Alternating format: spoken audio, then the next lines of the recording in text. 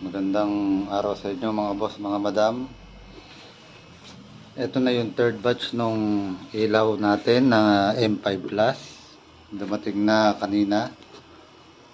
At kung mapapansin nyo ay kulang na siya ng isa. Kasi dinala na natin sa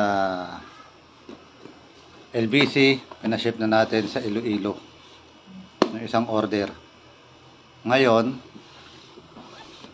ay may dalawa tayong ipapaship ulit. Bagong order lang ngayon. Nung nalaman nilang dumating, piniin ko sila. Papaship natin ngayon sa Batangas City siya. So ganito pa rin naman, wala siyang pinagkaiba. Yan, puti-puti pa rin siya. Ibig sabihin, ang high niya ay white, then ang low niya ay white. Hindi kasi kami kumukuha ng white and yellow dahil pagka nag-yellow siya, bumababa ang lumens niya. Nagiging 3,000 lumens lang yata siya. Tapos ang white ay 6,000. Nandito pa sa box yan. O, yan niya. O, ang low light niya ay 6K lumens. Tapos ang high niya ay 6K. Pero ayan yung dilaw at puti, yung nasa taas, yung walang check. Ang low light niya ay puti, 6K, then ang high niya ay dilaw, nagiging 3K na lang. Bumababa siya, kaya hindi kami kumukuha nun. Kumukuha kami ng puti-puti, kung tawagin nila. So, yung dalawa, ship natin sa Batangas City ngayon. At yung sample ulit ng ilaw na gumawa ako, eto, panoorin nyo na lang yung sample. So mga boss, update tayo sa M5 Plus na ilaw.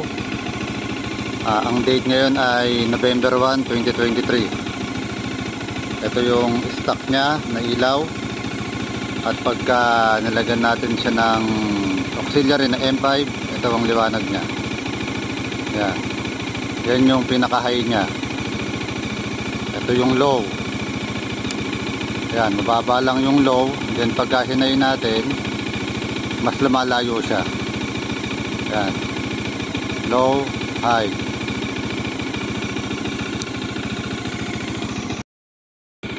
So, totoo lang mga boss, sanay kaming gumamit ng auxiliary light. Simulat dati pa, kung ano-ano auxiliary light ang tinesting namin, kinabit namin, talagang dito lang kami na satisfied. Yan, dito lang kami natuwa. Kahit yung iba kong kasama naglagay na rin nito sa mga sasakyan nila, mga SUV nila, naglagay na rin sila nito kasi maliwanag talaga, lalo na pagka personal nyong ginagamit at tinitesting. Isipin mo paano ka tatakbo ng mabilis kung ganyan lang ilaw mo stock, o kaya naman ito lang, di ba, mahina.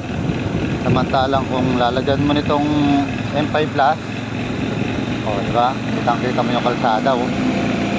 Ang layo ng bato. O, isa ba? Oh, diba? Ang layo. Kaya makakapag-drive ka ng maayos ito sa gabi. Siyempre, pag may kasalubong, dapat patayin mo. Kasi nakakasilaw talaga. Oh, ito pa. Ayan, oh, sobrang dilim. Hindi makita yung unahan.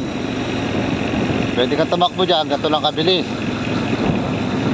Pero pag binuksan mo yan, kita mo yan dulo. Oh. Oh, may aso pala ron, no? Hindi kita, pero pag binuksan, oh, may aso pala. Okay to. Solve kayo rito. Nga pala, dun sa mga gustong umorder, PM lang. Usap tayo through Messenger. Okay, salamat.